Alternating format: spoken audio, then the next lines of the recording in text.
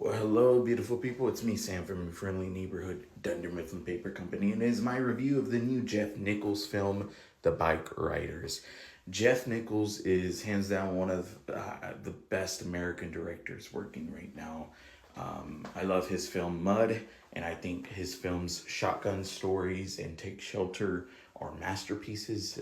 They are easily two of my favorite films of all time. So, Take Shelter, Shotgun Stories. If you can find them, check them out. Yeah, incredible. I enjoy a lot of his other films as well. One of the fears I had going into this is that a lot of people were saying, "Oh, this one is his weakest film," and I'm gonna just come out right and say it's not his weakest film, at least not in my opinion. I think this is easily his most accessible and his most entertaining film that he's ever put out. And when I say accessible, I mean even if you're not a Jeff Nichols fan, I think you might enjoy this movie. Look, the big reason why a lot of people are coming to this movie is the actors here.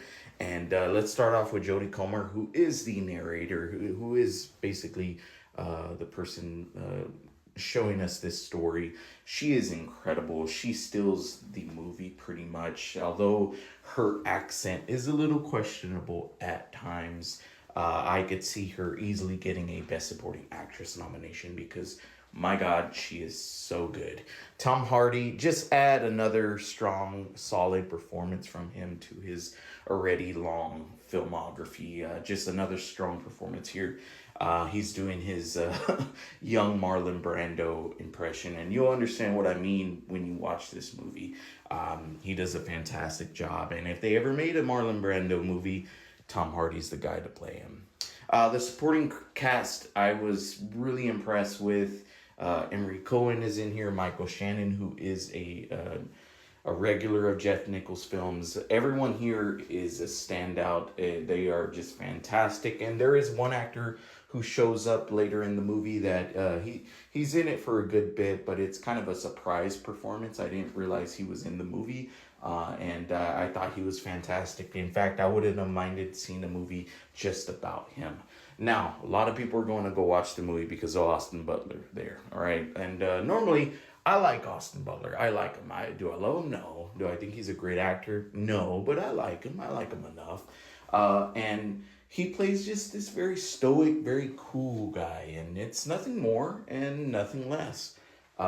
In fact, I think his performance in the movie was my least favorite. I was kind of disappointed and underwhelmed by his performance, although there are a couple of really great, beautiful scenes at the very end where it's not really him talking, it's just more physical acting, where I just thought was just great, and it pretty much summarized his character in the film, and I love that aspect of it.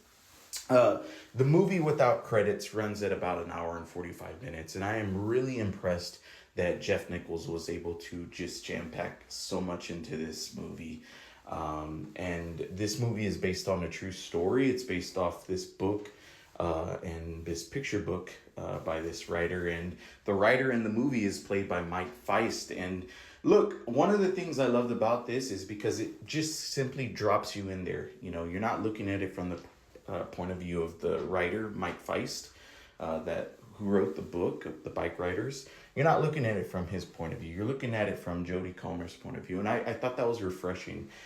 But I will say, I wish we could have gotten more Mike Feist in it. And I think the movie would have benefited, at least showing a little more, like maybe 10 minutes or so, why he's wanting to make this project, why he's wanting to do, tell the story of these bike riders. I wish we would have gotten a little backstory with that because, I mean, Mike Feist was in Challengers. He absolutely killed it in that. And I thought, in the little screen time he has here, he's decent enough, but I don't know. I was very underwhelmed by his performance in this, mainly because he just wasn't giving a lot to do. And I think that's pretty much with Jeff Nichols. That's the blame on him. But that being said, it is kind of interesting that we're just kind of thrown in there and we're pretty much just watching these guys like go from point A to point B, and I did not mind that. This is a lot of, in many ways, like a hangout movie. It doesn't have too much of a plot, and it doesn't give you too much backstory in terms of the characters. I mean, it gives you just enough, but not too much. But I was always riveted, especially the first 50 minutes of the movie. I was like in love with this movie. Now, around the midpoint, I will say it does lose a little momentum, at least for me. There are a couple scenes that go on a little longer than they needed to. But aside from that, the Bikeriders, I kind of love this movie, man. I kind of love this movie, and this is easily one of the better movies that I've seen in 2024. And how lucky are we to be able to watch, a grown-up movie in theaters, you know? And when I went to go watch it, it was jam-packed, pretty much sold out. And I looked at other showings, pretty much sold out. Yeah, so I'm hoping this movie does really well. That way it just shows that, hey, we don't just need these Hollywood tentpole movies. We also need, some adult dramas and adult films here in theaters. So overall, I'm feeling a very, very strong 8 out of 10. I do have my issues with the film. I don't think it's perfect. I would have liked certain things done a little differently. But overall, yeah, really enjoyed it. If you haven't seen it, I highly recommend you watching it. This is the movie that you can go watch with your, if you have an older family, your friends, or it's a perfect date night. I saw a lot of people, with their dates there, and it's a movie to watch with your just friends. If you don't have a significant other, I think this is one of those where you won't want to take your kids, but everyone else should be fine. Very strong 8 out of 10. Let me know your thoughts. Take care.